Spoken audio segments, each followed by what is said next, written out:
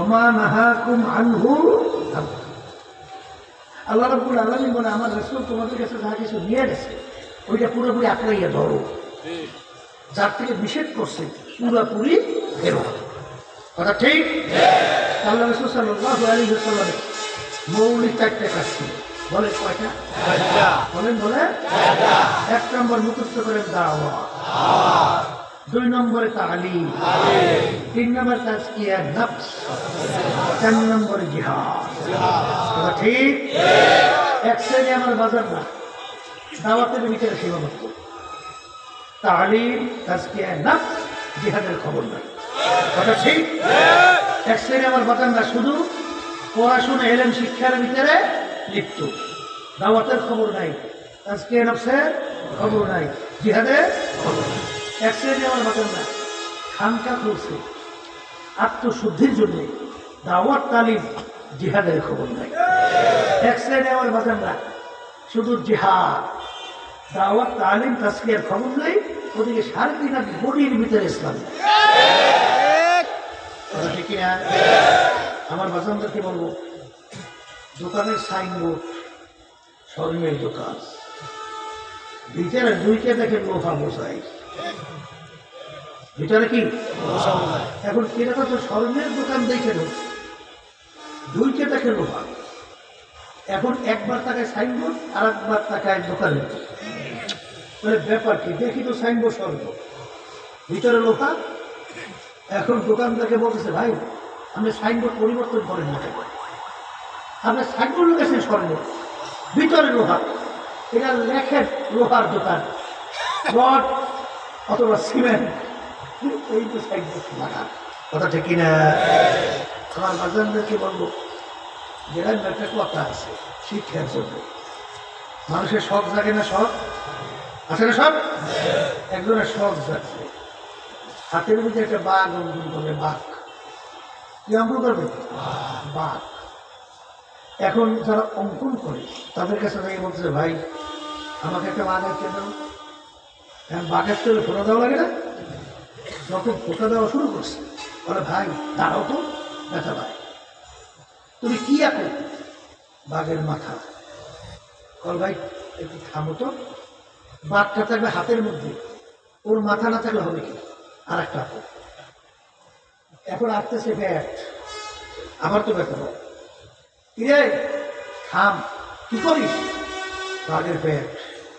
বলে বাঘটা থাকবে হাতের মধ্যে, ও তো খাইবি ঠিক, আর প্যাটের দরকার কি? বাদ দাও, প্যাটও বাদ।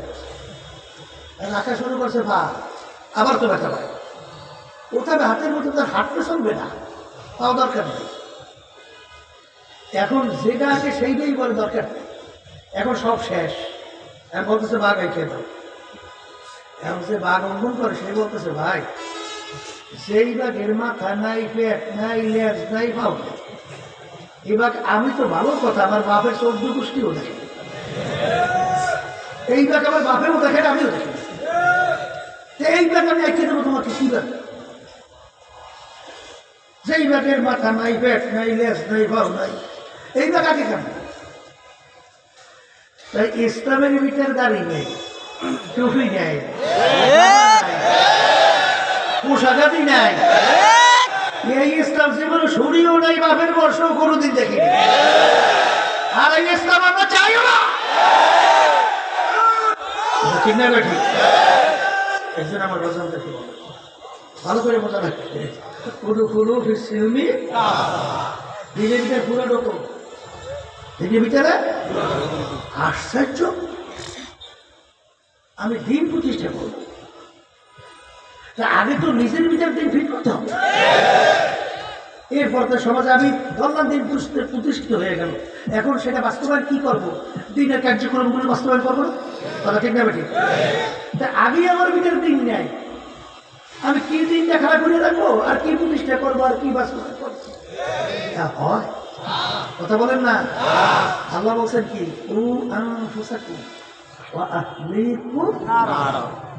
আগে জাহান্নামের আগুন থেকে পাইছি আলো, এইবার চিন্তা করো সমাজ, এইবার চিন্তা করো ঘর, এইবার চিন্তা করো রাষ্ট্র, এইবার চিন্তা করো আন্তর্জাতিক, আগে নিজে বাঁচো। কথা ঠিক না বেটি? এখন আমার বাসানদেরকে বলবো দাওয়াত লাগবে, আসতে তো দাওয়াত লাগবে। এখন কিন্তু চরমনের মুজাই শোনা যায়। এখন যে 5ই আগস্ট খুনি ফেলাই গেল না, টাকা পাচারকারীরা ফেলাইছে। আচ্ছা, পালাবার পরে এরপরে বাংলাদেশের ভিতরে এখন যে ইসলামের পক্ষে যে হাওয়ার জমিন তৈরি হয়েছে, এই জমিনের মধ্যে যত বেশি দাওয়াতের কাজ বাড়ানো যাবে তত ইসলামের পক্ষে শক্তি পাবে। কিন্তু এখনো কিছু চরমনের মুজাহিদিনরা, এখনো কিছু কালিমা করে মুসলমান, তারা দাওয়াতের কাজটা এখন ওইভাবে গুরুত্ব দিয়া করে। ওটা দেখো ঠিক না? জমিন কোনো সময় খালি থাকে? হ্যাঁ, আপনার ফসল লাগবে না, জমিন তো আগাছা জন্মে। জমিন ইত্যাদি করবেন, ফসল লাগাবেন, জমির ভিতরে ফসল হবে, ঠিক না? এখন জমিনের ভিতরে যদি আপনার দিনের এই পরিবেশ থাকার পরেও আপনাদের দাওয়াতের কাজটা গতি না বাড়ান, তাহলে তো আগাছা জন্মাবে। এই জন্য আমার বাজানদেরকে বলবো, এক সাইড আমার বাজানদের মধ্যে আল্লাহ রাব্বুল আলামিন জজবা তৈরি করছে, ঠিক না? বাগেরহাট গেছিলেন একজন, আমি বলতে হুজুর একটা ফাইল নিয়ে আসছে, ইসলামের পক্ষে আল্লাহর বন্দাবাদী দেখে একা 1600 মতো সদস্য বানিয়েছে। আমি তাকেই দেখছি যে আল্লাহ আমাদের দরদ তুমি যে ধরিয়ে বসো, পালা ওই দেখি দাওয়াত লাগবে, একটা আসতে লাগবে, এই এক সাইড ইসলামের মুজাহিদের কথাই বলি, অন্য লোকা দিতে লাগে। অনেকে পুরের মুজাহিদ রয়েছে, জজমাও আছে, বুঝলেন? আর আমি জিজ্ঞেস করি, বলতেছে একজন মুজাহিদ, হুজুর ও মুখে ঠিক মতো হুজুর মসজিদে জিকির করতেও পারে না, না ভাই এলো ভাই তন্ত্র শুনে ভালায়, এই বলবো হালা, ঠিক আছে?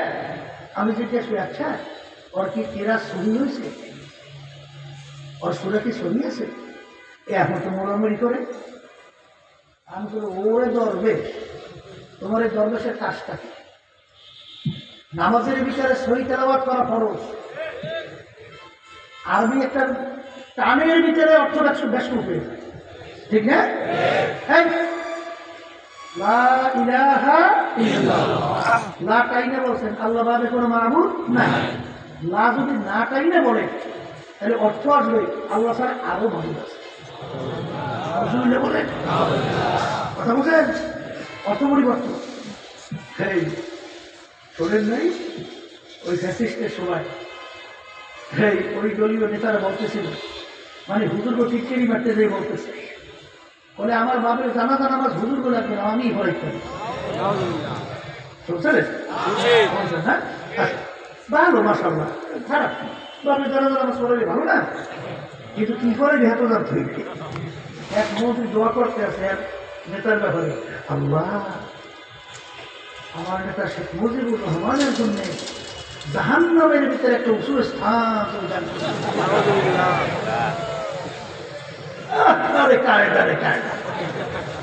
তোর মতো খুবই সে যদি দোয়া করে জাহান্নামে তো আগেই কথা কথা ঠিক না? বাজারদেরকে বলো এই নামাজের ভিতরে কেরা সহি তেলাওয়াত করা কি আবার কর না? হ্যাঁ, আপনার দরবেশ হয়েছে আর আপনার কেরাত সহিতে নামাজ হয় না, আপনি একটা দরবেশ, তোমার এই দরবেশে কোনো মূল্য আছে? এই জন্য আল্লাহ দোয়া করতেন, বুজুর্গি কি নেহি হামকো জরুরত, বুজুর্গি কি নেহি হামকো জরুরত, গোলাম আপনা বানালে খোদায়া। আমার বলি আমার ওই দরবেশি বুজুর্গি লাগবে না, তুমি দয়া করিয়া তুমি আমাকে তোমার গোলাম হিসেবে কবুল করো। আর গোলাম আব্দিয়াতের দরজা মর্যাদা সবচেয়ে বড়। আল্লাহ রাব্বুল আলামিন তার নবী উপাধি দিয়েছে আবদুহু ওয়া রাসূলুহু। কথা ঠিক যাবে কি? আগে আমার বান্দা, এরপর আমার রাসূল। কথা ঠিক? তাহলে আমার বান্দাদেরকে বলি, যারা বয়স হয়ে গেছে এখন মাদ্রাসা থেকে পড়ার সুযোগ নাই, কিন্তু নামাজ হওয়া লাগবে না। এই জন্য আল্লাহ কিন্তু প্রচুর করে রহমতুল্লাহি আলাইহি মুরব্বীদের জন্য বয়স্ক একটা ট্রেনিং প্রতিষ্ঠা করে গেছে না, তাই নাই? আল্লাহ পৌনতির যদি আপনি 2 ঘন্টা তুমি সময় পেয়ে যান, 2 ঘন্টা এক একটা আল্লাহ আল্লাহর মধ্যে আপনার আলেম হয়ে যেতে পারবেন। আসতে পারে একটু সময় দেবেন না, আসতে পারে আসতে পারে। এটা কথা আছে সরমরাইকে মনে আছে, এক মুরব্বী বলছে সে বয়ান করতে আসছে, বলতেছে আফসোস যার কাছে যায় না সেই বলে দিনের সময় দেওয়ার মতো সময় নেই। আলেমের কাছে যাই বলে আমরা পড়াই সময় পাই না, তলবেলের কাছে যাই বলে পড়ি সময় পাই না, এই টিউশনের কাছে যাই কাজ করতে করতে বেশি সময় পাই না। এইবার যার কাছে দেখবে সময় নেই, সময় নাই দিনের কাজ করবে কেনা। এবার একটু উদাহরণ দিয়ে বলি, বলে পানির ভিতরে কোনো জায়গায় ফাঁকা দেখা যায়? পানির ভিতরে ফাঁকা দেখছেন? শীতগুলো পানিতে সব ভরা। বলে পানির ভিতরে কোনো ফাঁকা নাই, কিন্তু আপনি পানিতে নাইলে যখন ডুব দেন ফাঁকা হয় না? হয় না? ফাঁকা নাই, ডুব দিলেই ফাঁকা। আপনার সময় নাই, আপনার নামলেই সময়।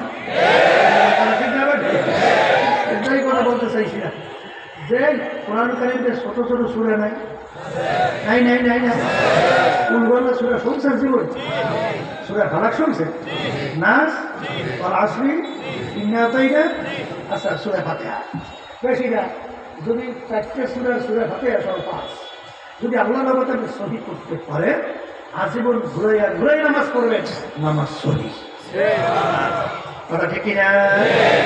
এই ক্ষেত্রে যে আমার আব্বা রহমতুল্লাহি আলাইহি তিনি বলতেন চরমরায় কোনো মুজাহিদ মূর্খ থাকতে পারবে না।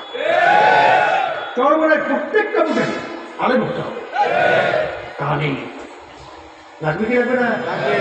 আজকে না আসতে পারছে একটাও কিন্তু বাড়ি দিয়েছে, এরা আজকে না বিশ্বাসই করতে চায় না, আসতে পারছে ঠিক বিশ্বাস করতে চায় চায় চাই বড় ঠিক করি আছে না নাই? কিন্তু আল্লাহ রসুলকে আল্লাহ পাঠাইছে কারণ নেই।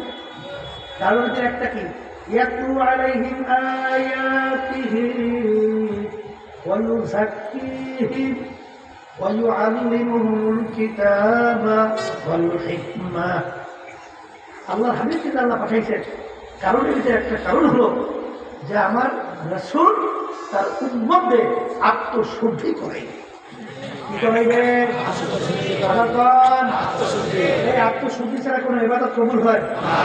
হ্যাঁ, জানি না কইছেন না বুঝতে কইছেন না বুঝতে বুঝতে হ্যাঁ শুনেন, জিবরাইল সাল্লাল্লাহু আলাইহি ওয়াসাল্লাম আসছেন, 3টে প্রশ্ন। শেষ প্রশ্ন মাল ইহসান ইয়া রাসূলুল্লাহ, আল্লাহ রাসূল ইহসান কাকে বলে? তখন আল্লাহ রাসূল উত্তর দেয় আন তা'বুদাল্লাহা কাআন্নাকা তারাহু ফাইন লাম তাকুন তারাহু ফাইন্নাহু ইয়ারাক। এমন ভাবে তোমরা আল্লাহর ইবাদত করো বইয়াতে মনে হয় আল্লাহকে দেখতেছো। বলেন বলেন বলেন বলেন, মনে হয় আল্লাহকে। দ্বিতীয়, যদিও নাকি আল্লাহকে দেখি না, কিন্তু আল্লাহ তো আমাকে দেখে। অবস্থা কয়টা? বলেন মুখ খুলে বলেন, আল্লাহকে দেখতেছি অথবা আল্লাহ আমাকে দেখতেছে।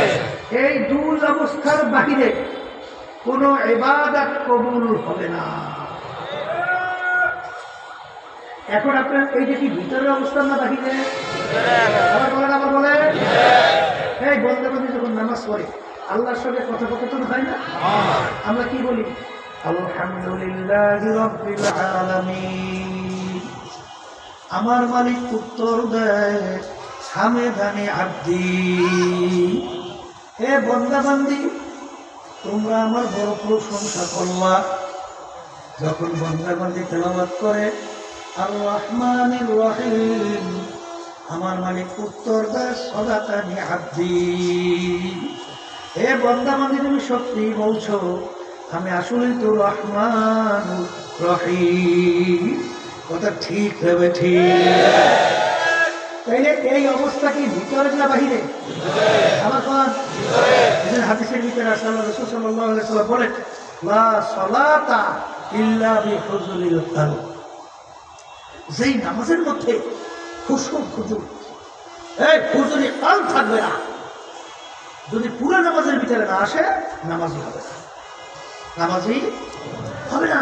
আর হাদিসের ভিতরে আসছে আল্লাহ রাসূল সাল্লাল্লাহু আলাইহি ওয়াসাল্লাম বলেন, তাকবীরে তাহরিমা থেকে শুরু করে সালাম ফিরান পর্যন্ত মুহূর্তের জন্য তোমার দেহটা এদিকে ওদিকে ঘুরে নাই, দেহটা আল্লাহ মুখী হয়ে গেছে, এরকম যদি 2 রাকাত নামাজ পড়তে পারো জাহান্নাম হারাম, বেহেশত ওয়াজিব। কি অবস্থা? ভিতর না বাহির? হাঁটু মুখ করে কথা বল, এটা কোন অবস্থা? ভিতরে। তাহলে ইহসান লাগবে, আজকে নফস লাগবে, হ্যাঁ লাগবে। যার ভিতরে আজকে নফস নাই ও পশুর চেয়েও খারাপ, ও আশরাফুল মাখলুকাত মানুষকে গুলি করে মারতে একটু চিন্তা করে না। আর যার ভিতরে আজকে নফস থাকবে, একটা পিঁপড়া মারতো তার শরীর কম্পন, ঠিক না? ঠিক। এই জন্য আজকে নফস লাগবে, কথা ঠিক কিনা?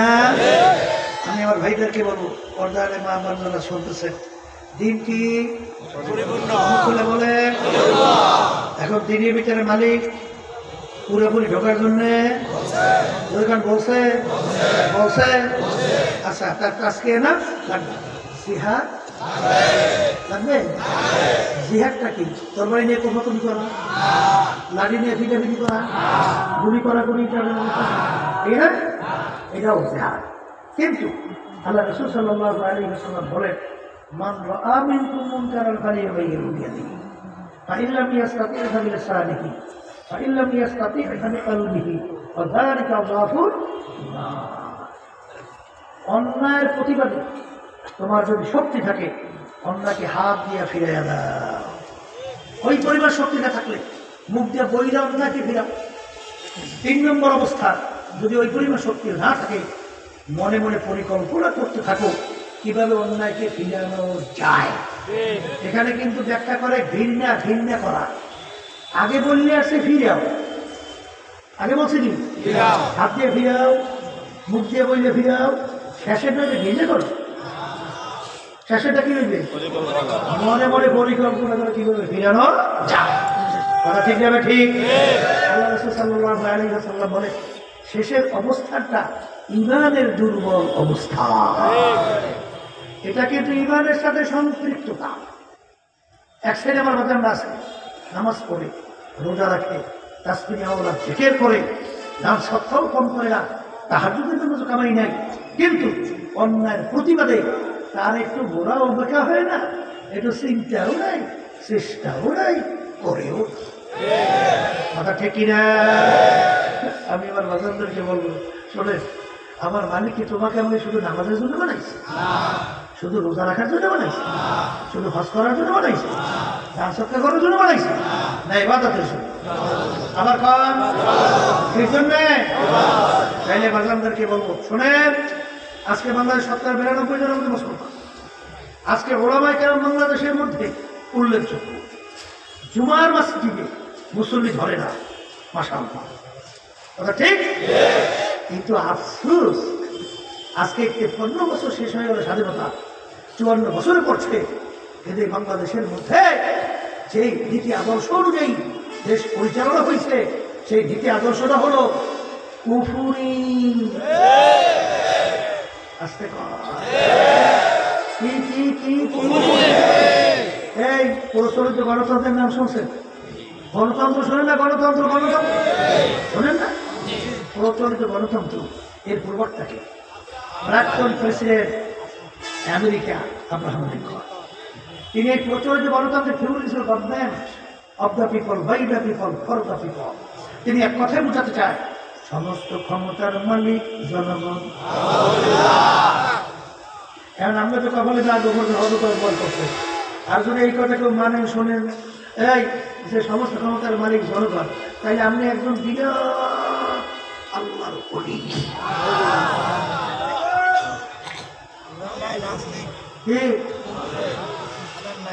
ওলিতে দূরের কথা, তবে ইমানই তো নাই। আমরা কি বলছি? বাইদা আল্লাহ, ফরদা আল্লাহ, সাদ্দা আল্লাহ। সমস্ত ক্ষমতার মালিককে আবার জোরে বলা আল্লাহ, খায়রিহি ওয়া শাররিহি মিনাল্লাহি তাআলা ওয়াল বাসি বাদাল মাউত। ভালো মন্দের মালিক আল্লাহ। খুলে বলেন আল্লাহ। রিজিক দেওয়ার মালিক বাসুই না মারুই না মালিক। কিন্তু 5 তারিখের আগে শুনছিলেন, শুনেন নাই? ক্ষমতা থেকে যদি সরিয়ে যায় একদিনে 2-1 লক্ষ শেষ। শুনে নাই? মনে হয় যেন আসমান দিয়ে বসতে বলে শুনি শুনছে। এই তাহলে এখন বাসুদেব মালিক বানাইছে, ক্ষমতা নেই। এখন আল্লাহ আছে, এই আল্লাহর ক্ষমতা আছে বাসেন না? ওরা তো বলে যে ক্ষমতার কারণে বাসে, আর ক্ষমতার না থাকার কারণে মরে। ঠিক না বেটি? আমি আর বাজারদেরকে বলবো ভালো মন্দের মালিক কেনা বাসের মালিক কেনা। হ্যাঁ, এই বিষয়াদিগুলো আমাদের ওইভাবে চিন্তা ভাবনা করে চলা লাগবে না। বেকার নিজের বলে কথা ঠিক কিনা? হে মুসলমান, আজকে তামাম দুনিয়া আদর্শ বাস্তবায়নের লড়াই চলছে। এর ভিতরে একটা সমাজতন্ত্র, একটা প্রচলিত গণতন্ত্র, ধর্মনিরপেক্ষতা উল্লেখযোগ্য, আর একটা হলো নিচে আদর্শ ইসলাম। আজকে আফসোস, এত মুসলমান বাংলার জন্য, এত মুসলমান, এত মাদ্রাসা মসজিদ, সেই দেশের মধ্যে আজকে ইসলাম নামক গাছটা পরাজিত, আর মানব রচের কুকুর তন্ত্রমাত্র বাংলার জমিনের মধ্যে বিচয়। दिन के सूरज डूब रही है हम लोगों के सामने, दिन की सूरज डूब रही है हम लोगों के सामने, रोज़े महशर क्या जब है मुस्तफा की सामने। যেটা বলে কথা ঠিক না বেঠি? বলে কথা সর্বরে পিছিয়ে আল্লাহ কিন্তু ফজলুল রহমতুল্লাহি আলাইহি খুব সরল সোজা বোকা মানুষ আছে তো, কিছু বুঝতে ছোটো না, ঠিক না? এই জন্য তো রাজনীতি আছে, ঠিক না? অনেকে এবার তো এটা পয়সা দিনি জানতা দিনি এই ভালো মানুষে করলে ওরে কখন করে কিন্তু বুঝছে শুনে দেখো ইমান থাকবে না, ইমান থাকবে। আল্লাহ রসুল সরকার রাষ্ট্রপ্রধান ছিলেন না? রাষ্ট্র চালায় নাই? সাহাবাকে রাষ্ট্রপ্রধান ছিলেন না? রাষ্ট্র চালায়? তাহলে তুমি সেইটাকে কি বলো, কি বলো, কি বলতেছ? ঠিক না বেঠি? এই জন্য আফজাল রহমতুল্লাহ বলতেন হাসান, পূর্ণ দিনের ভিতরে ঢুকে কবরে যাওয়া লাগবে। কিছু মানলাম তো কিছু মানলাম না, তাইলে কিন্তু পূর্ণ মুসলমান হইতে পারলাম না। এই সেটা দাওয়াত লাগবে, তালিম লাগবে, তাজকিয়া নফস লাগবে, জিহাদও লাগবে। কথা ঠিক না ঠিক? বাজার জালের বাদশার সামনে হক কথা বলা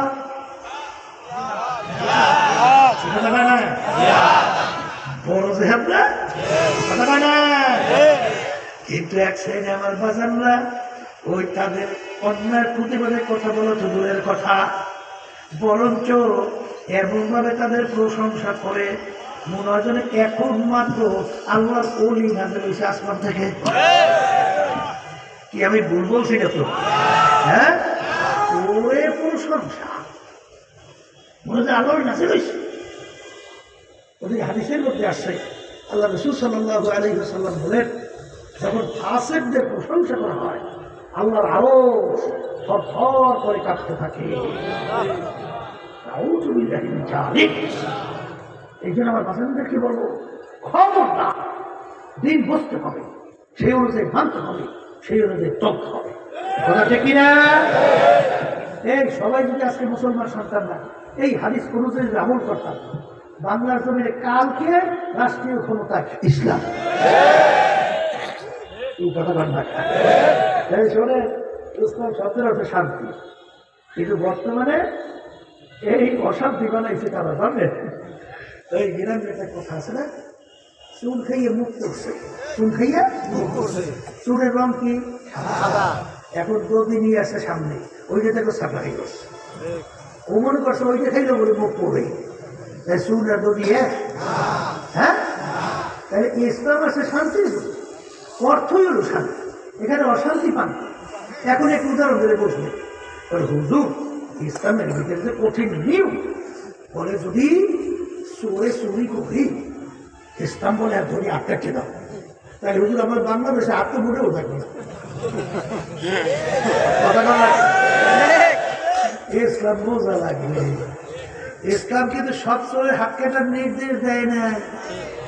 চোর আবার দুই প্রকার, বলেন কয় প্রকার? মুখস্থ রাখে।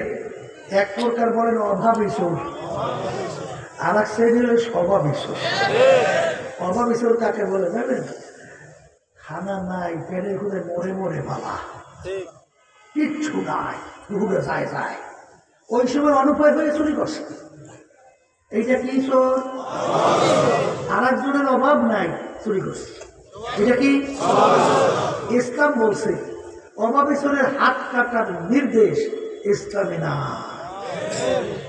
কিন্তু ইসলাম বলছে স্বভাবী চোর হয়নি বেলা থেকে দাও। এখন আমি জিজ্ঞেস করি, আমাদের দেশের এমপি মন্ত্রীরা সব তো অভাবী,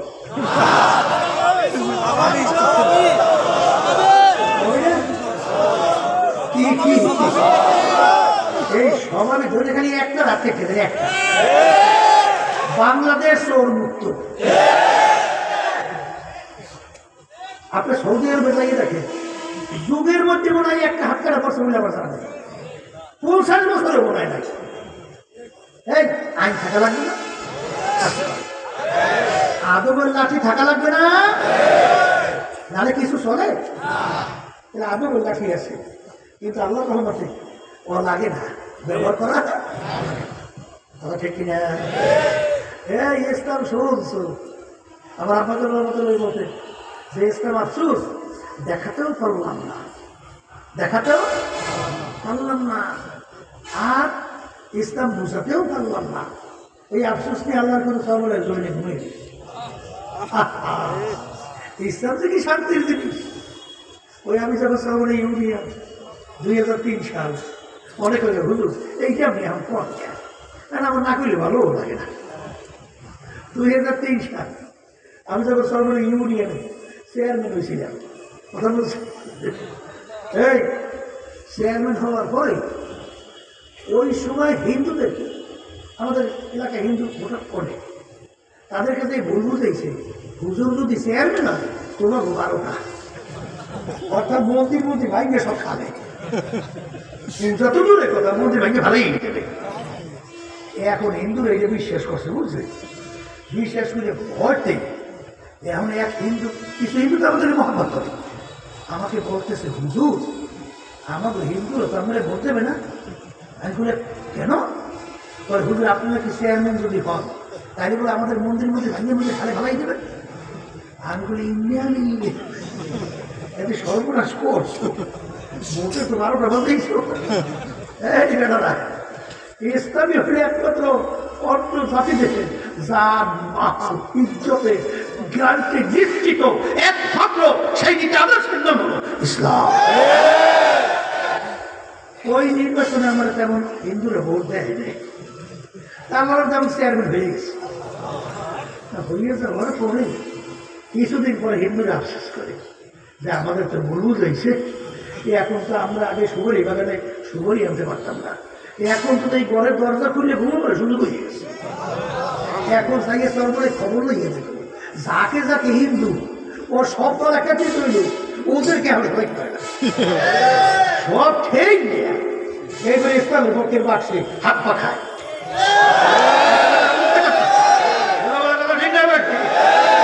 আরে সেদিন একটা ওয়ার্ডের মধ্যে 100 জনের মধ্যে হিন্দু আসে আমার সামনে এসে যোগদান করছে। এই কিছুদিন আগে দেখছো না 100 বাজার।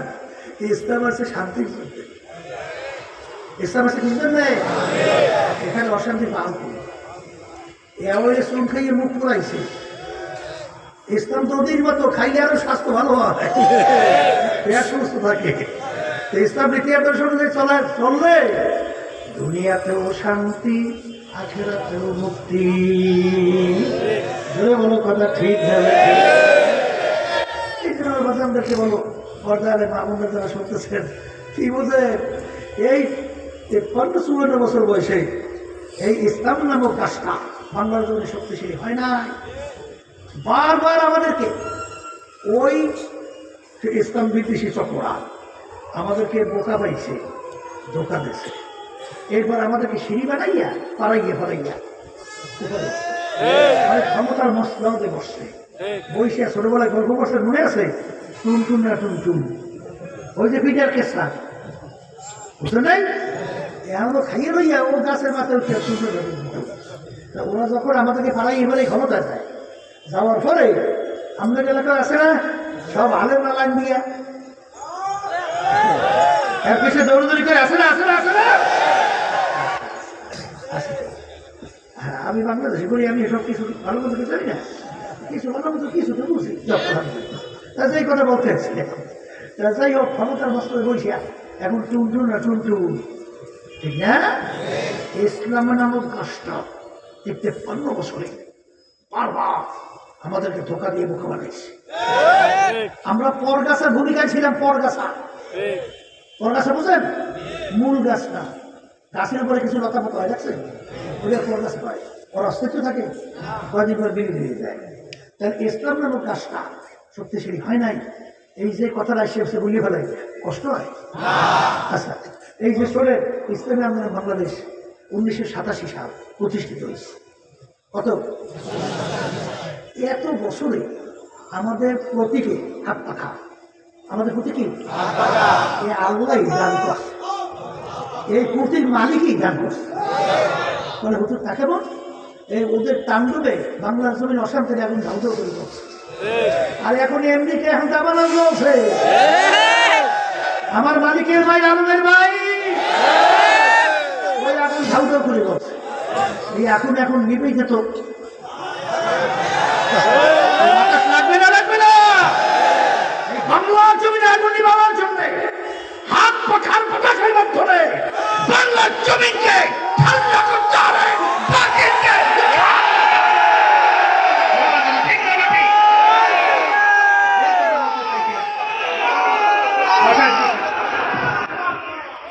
যে কথা বলতেছে আমাদের প্রতীকে কি কোনো এমপি একজনও সংসদে গেছে?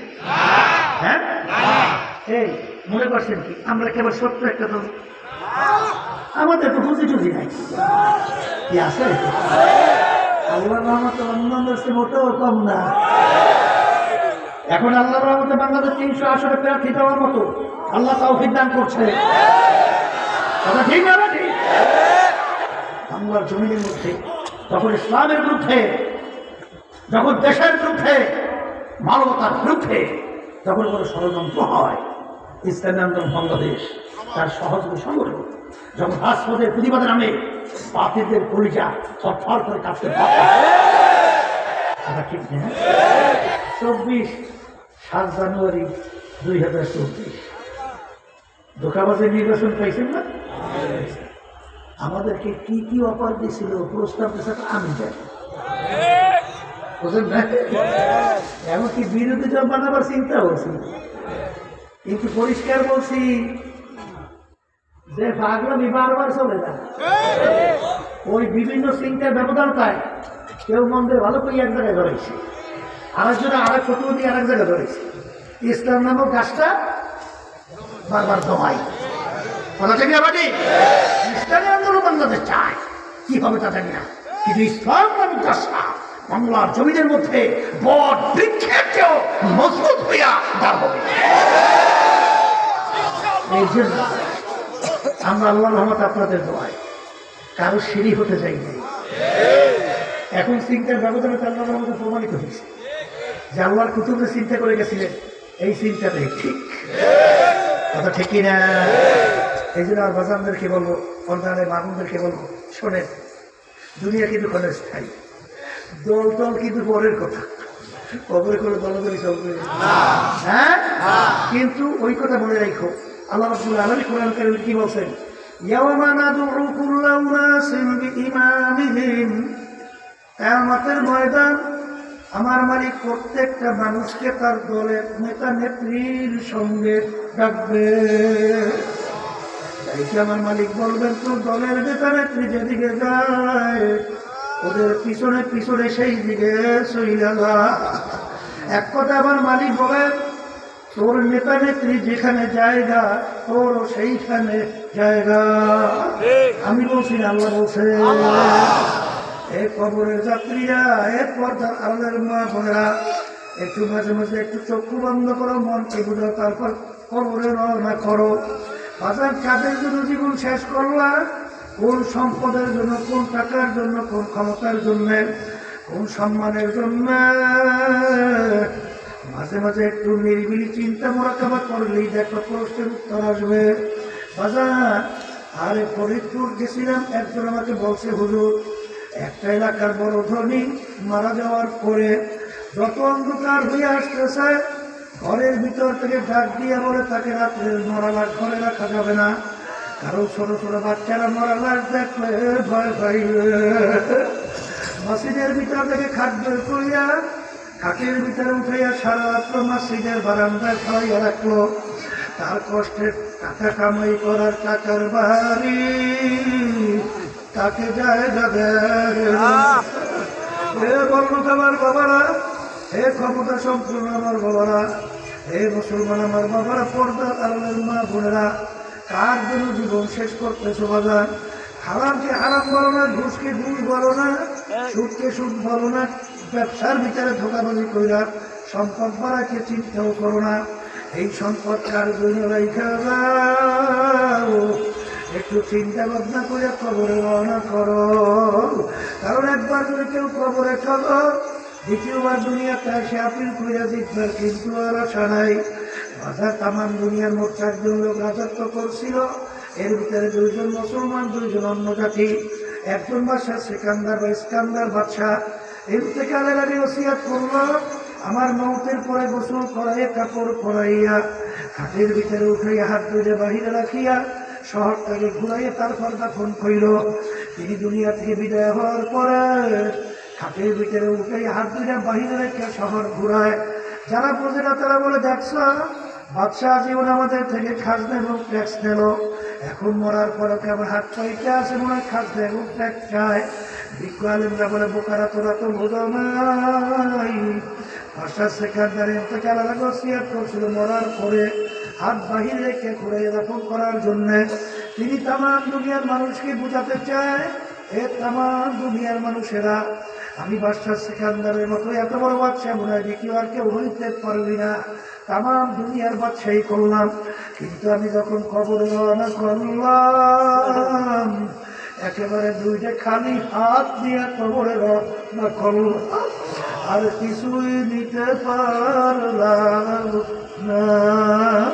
এই জন্য আমার বাজারদেরকে বলবো, পর্দায় মা বোনদেরকে বলবো, আল্লাহ হাবিব সাল্লাল্লাহু আলাইহি ওয়াসাল্লাম তার অল্প বয়সের দাড়ি মোবারক পাইকে গেল, পিঠ মোবারক গুজব হয়ে গেল। সাহাবায়ে কেরাম বলেন, আল্লাহর রাসূল এত অল্প বয়সে আপনার দাড়ি মোবারক কেন পাকলো, পিঠ মোবারক কেন গুজব হইল?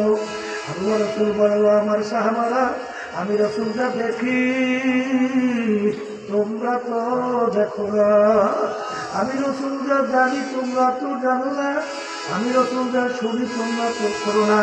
আল্লাহ রাব্বুল আলামিন কোরআন কারীমের মধ্যে বেনমাজি যারা ঠিক মতো 5 ওয়াক্ত নামাজ পড়ে না, যারা রমজান মাসে ঠিক মতো রোজা রাখে না, ধনী হওয়ার পর যারা হজ যাকাত আদায় করে না, আল্লাহর কোন পর্দা ফরজ যাদের সঙ্গে দেখা দেওয়া জায়েজ নাই তাদের সঙ্গে দেখা দেয়, আর সুন্নাত তরিকায় যারা চলে না, হারাম হালাল তমিজ করে খায় এবং চলে না, মিথ্যা বলে, ঘুষ খায়, সুদ খায়, জুলুম করে, খুন করে, এদের ব্যাপারে যে জাহান্নামের আযাব যে আল্লাহ রাব্বুল আলামিন ঘোষণা করছে, ওই 1 সেকেন্ড আযাব সহ্য করার শক্তি দুনিয়ার কোনো মানুষের নাই।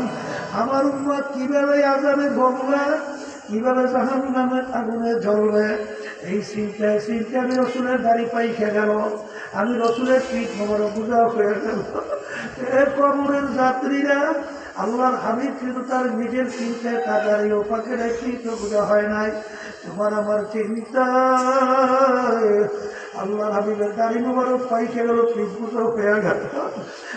দুনিয়ার পাগল আমার বাবারা, দুনিয়া কিন্তু শান্তির জায়গা না, কেউ কোনোদিন পায় নাই, কোনোদিন পাবে না। আর দুনিয়ার দারুল মেহনওয়াল বালা, বালা মুসিবতের জায়গা, কষ্ট ক্লেশের জায়গা, রোগ ব্যাধির জায়গা। এই ছেলে কথা শুনে না, মেয়ের কথা মানে না, স্ত্রী কথা মানে না, স্বামী কথা মানে না, রোগ ব্যাধির কোনো শেষ নাই। বাজারে আরে অশান্তির কোনো শেষ নাই, শত্রু মিত্রুর কোনো অভাব নাই।